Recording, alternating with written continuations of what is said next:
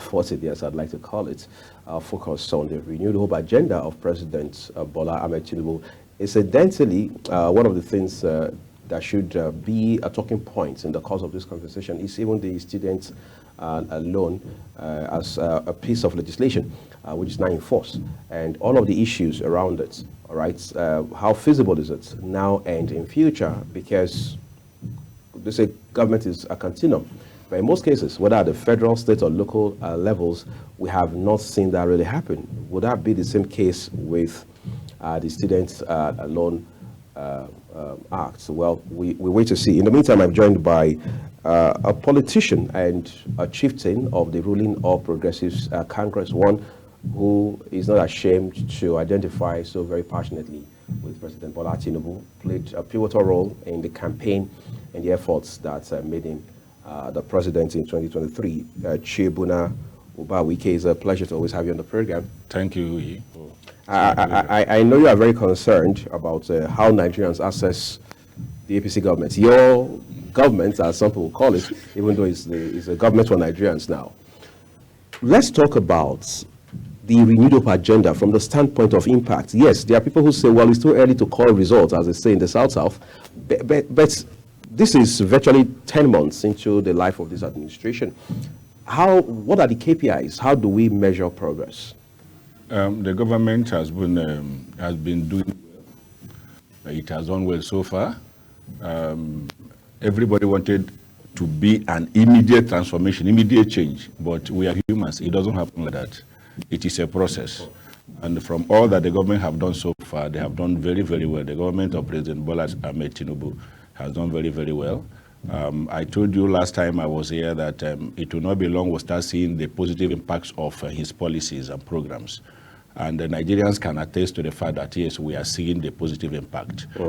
We are yet to see more, and more is coming as we progress in the life of the administration. I can imagine. Talking about progress, one of the things some people say was a red flag was when the president, some have argued, just sporadically, or if you like, impulsively, announced the removal of fuel subsidy without putting palliatives in place. Of course, we know what has happened with the prices of petroleum products since May 29, 2023, and today. Is that a plus or a minus for the agenda of the president? To me, it is a plus. But you are just one of many, millions of Nigerians. See, let me tell you something. To effect a change, especially a positive change, comes with pains. People that have benefited from the previous system of corruption would not want it to work, would not want the change to take place. So it takes a man that has the balls to take this decision and stand by it, so that because he has seen the gains, that will accrue if the policy is implemented to the letter, not minding the immediate pains. Yes, you need to undergo that pain to enjoy the gain. It is a plus.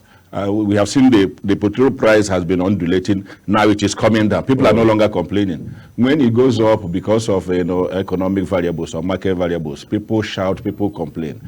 But now it is coming down. At least as at yesterday, diesel came down from I think 1,900 to about half of the price, and it's still coming down. PMS2 is coming down. So it is going to be like this. And when our refineries begins to work, the price will come down drastically. Though not like before, but it will come down to what we can, I know you have never boasted about being an economist, but why can't it come back to what it was before now? It cannot. There is nowhere. If in advanced economies as well, theirs doesn't come down like that. It doesn't. It is the market forces that determines how the prices goes.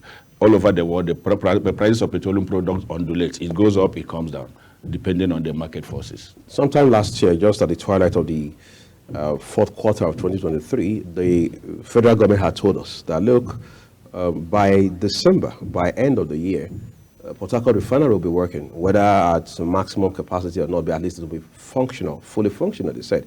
But this is March. We have not heard a word. March of another year. Does that not chop off at the credibility of the Bola Tinubu administration? It does not. President Bola Ahmed Tinubu is not the engineer fixing the refineries. But he provides leadership in that direction. Thank you very much. He based on the report that was provided to him, the reports given to him, the feedback he gets. So in engineering, it is not a one-off something. An engineer might, plan a project within so and so time, I'll be able to finish it. But in the course of his, in executing the project, there must be an exigency, something might arise. And if that thing arises and it's something that will take time, it will alter the time frame. What we should be concerned about is within this timeline, okay, there is a shift.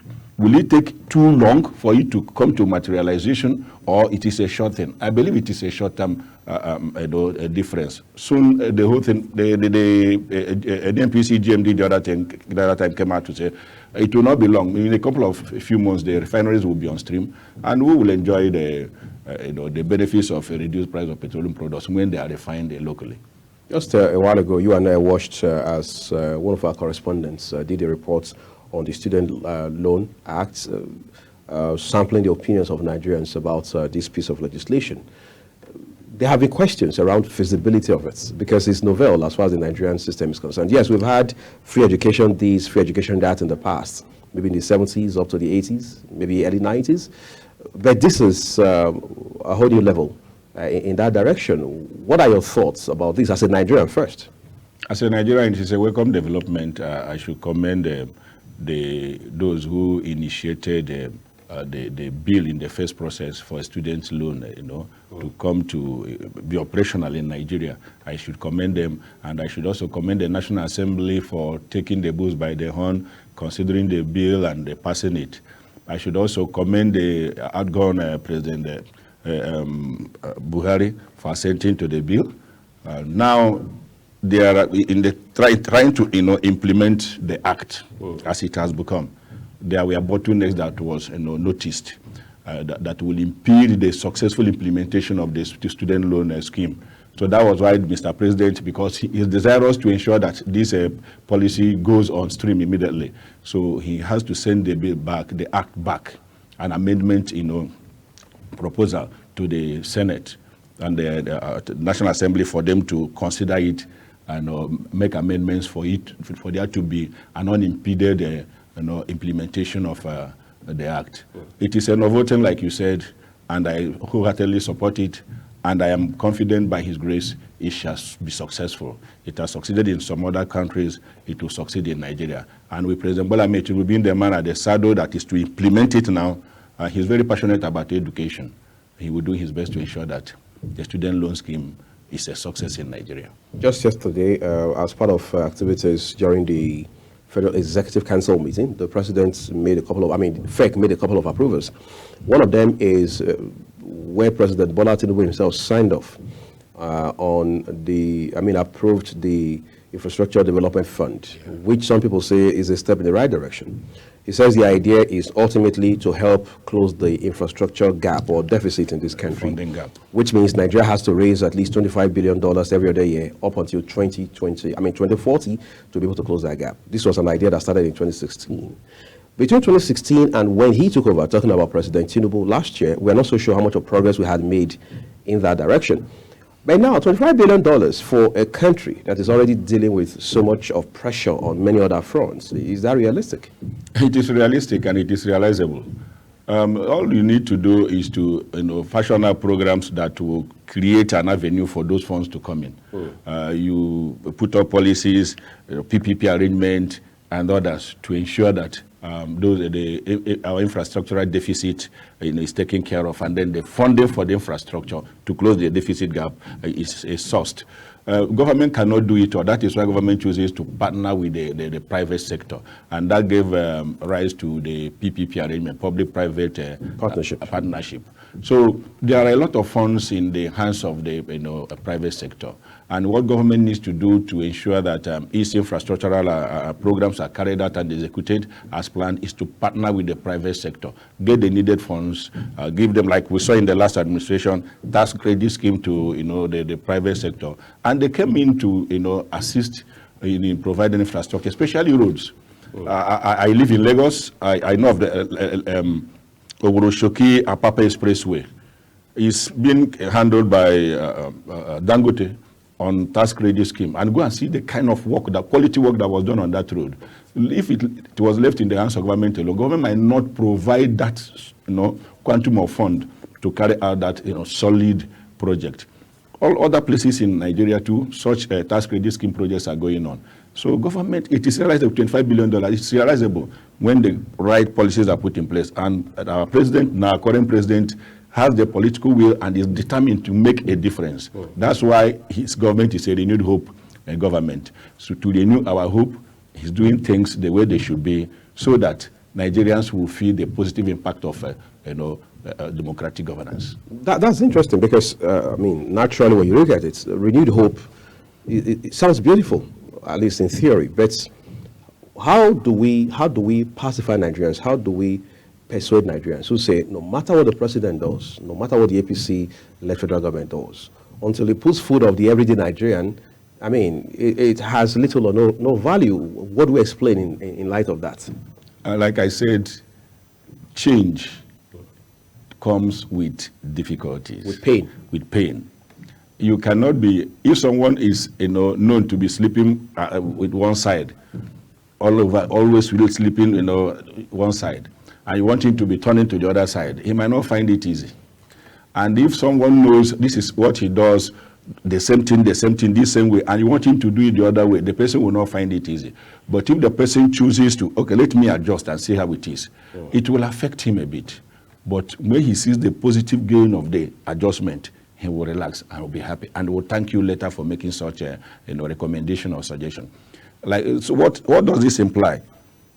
The administration of President Bola Tinubu is determined to make a change. Is determined to turn things around for Nigeria. Is determined to reinvent Nigeria, to give Nigeria a future. So successive administrations over the years know our problems, but they shied away from tackling it headlong because they were afraid of the backlash. People will say our government is unpopular, people will rise against our government, people will protest. Because of that fear, they failed to do what is expedient, what Nigeria needs to be done for Nigeria to be Nigeria. Now, President Bola Tinubu has taken time to study this trajectory and said, I need to make a change.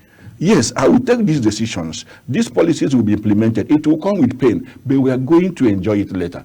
Let us watch and see what comes up, in a couple of months. I keep saying it because I am very confident and sure that Nigeria will be better in a couple of months. We've seen the president travel time and again since when he took over as the Commander-in-Chief of the Armed Forces of the Federal Republic of Nigeria. On some of those trips, we've heard such and such amounts of foreign direct investments coming into Nigeria. At the point you had even heard as much as $14 billion and so on and so forth. That was several months ago. How impactful or otherwise have those promises been? Have we seen any of those FDIs come to fruition? FDIs are not over-the-counter transactions, no. It takes a process, except when it's investing in the stock exchange, you buy shares using special purpose vehicles or that kind of thing. You buy shares and whatever.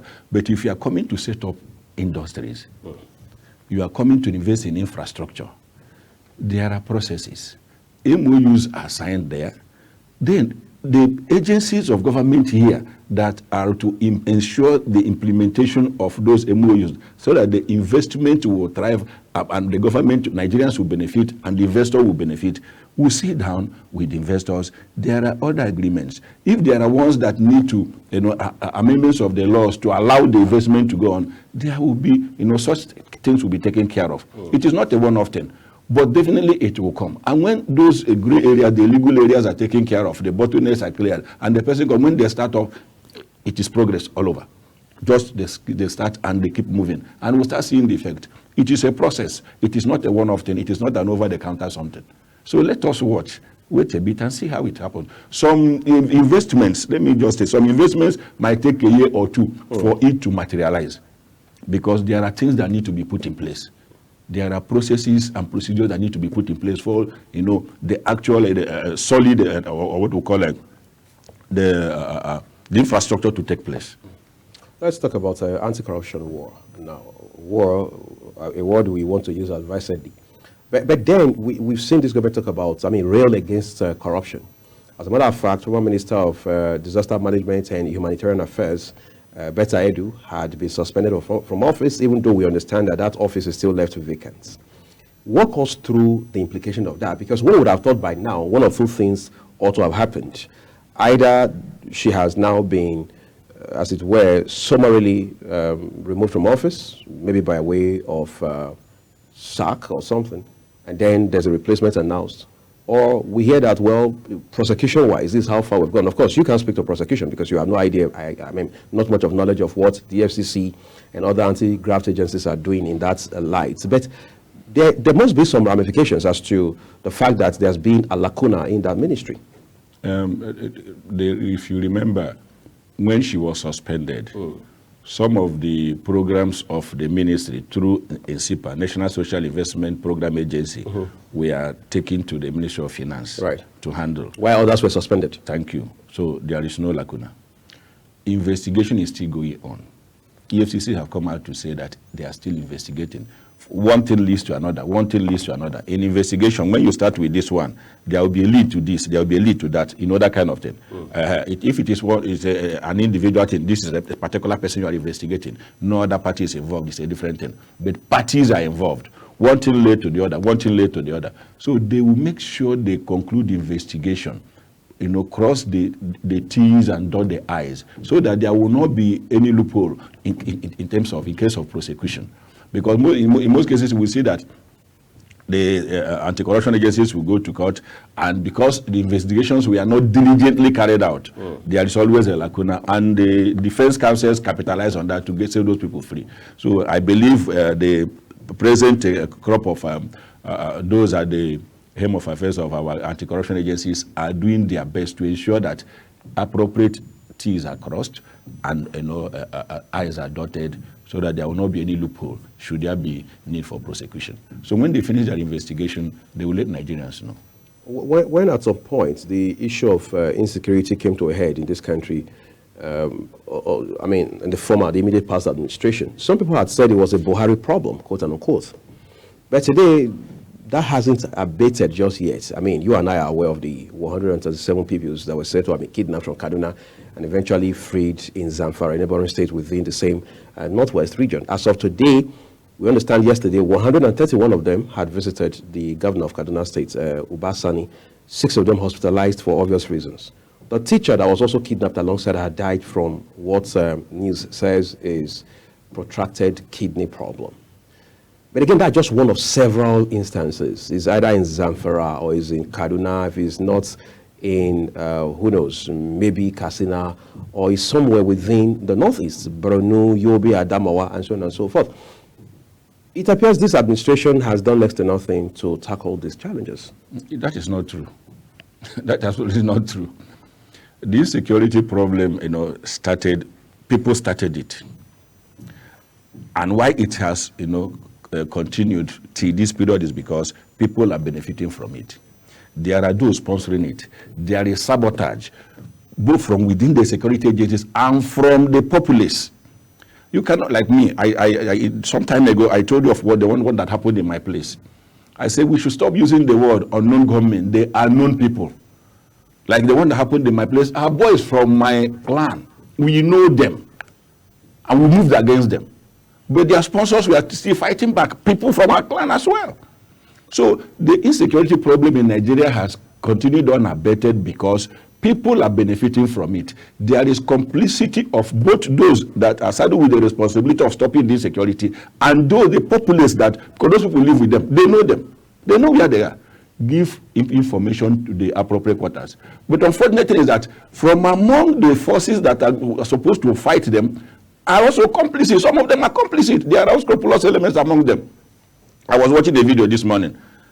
An army man who is, in one of those states in the north to fight insecurity, is the one carrying arms, bullets to go to sell to the bandits.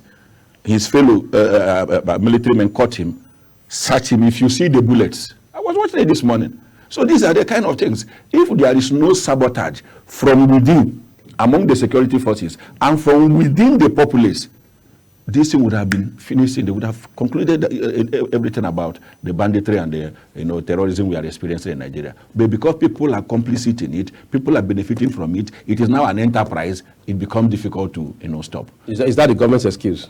It's not an excuse for the government. Government is doing its best. Government's responsibility is to provide arms, provide ammunitions, provide welfare for the soldiers, the security agents doing the work.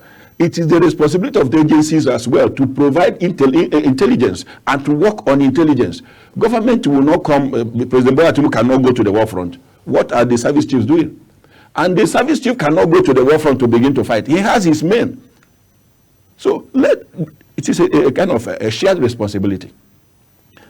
Let everybody do what he is supposed to do.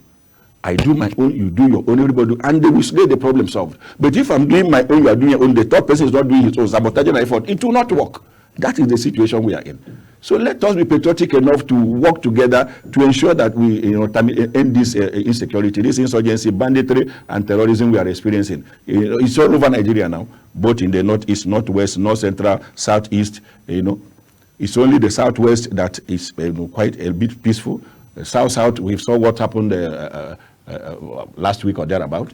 So let's unite together, be patriotic enough, work together to ensure we salvage Nigeria from the hands of these bandits. Those that are sponsoring them, those that are benefiting from this insurgency, who are they? Because you cannot tell me that it is those scruffy and cadaverous looking people we see when they are arrested are the ones enjoying those millions they collect as ransom. Somebody is behind collecting those money. Why is it such a difficult task to identify those people? That is why I said people are complicit. Let every agency of government involved do its work diligently. If they do, like now, if police is tracking a phone that got lost or tracking a criminal to arrest, it is very easy for them to get the person. Why is it difficult to track these people? They make phone calls. What is that? The agencies that are saddled with the responsibility to do those things. I want to bump in on you. No intention to be rude. No problem. When we had the PDP in government, this was not the conversation the APC, your party, was having, because at that point, the blame was pegged squarely on the president at the time, Goodluck Jonathan. Nobody talked about security agencies. It was about saying that he is the commander-in-chief of the armed forces, and as such, he should take 106% responsibility. But now, the tables are turned. We have to shift goalposts in the middle of a live football match. I disagree with you. I disagree with you. They blame the president is to provide leadership, and in providing leadership in this case, yes, he has. He has provided leadership. What are your needs? He said this, that. I need a more tank. I need AK-49. I need so bullets. I need fighter jets and whatever, and they are provided for you. Do your own. That is just the thing. Then the agencies that are responsible to track phone because communication should do their own. What is the essence of this, our NIN and the BVN and whatever? If we cannot use it to track the criminal, large sums of money are given to them and they make use of it, it cannot be tracked. No, now. Somebody is benefiting from it. That is why, and sabotaging the process. That is why they have continued. If not, it would have ended since. Okay, look at the one that happened in Kaduna. Does it mean there is no policemen around within that area? These people came, the stories we had was that they drove in motorcycles, came. It was not one person that came to attack, to carry all those 100 and something students at a go. It wouldn't be one person. And they carried all of them, herded them into the bush or whatever, from Kaduna to Zamfara. Yes, they have bush that connected them. No intel, no nothing. What are we talking about?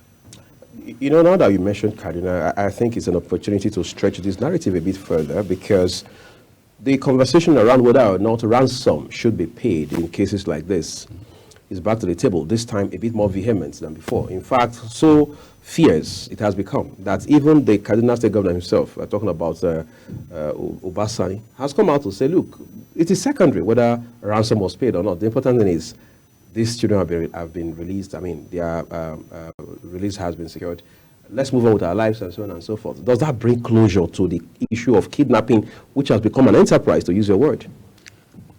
Because this criminality has been commercialized. If we keep paying ransom, it will not stop. Because the ultimate beneficiaries of the ransom will keep pushing them, go.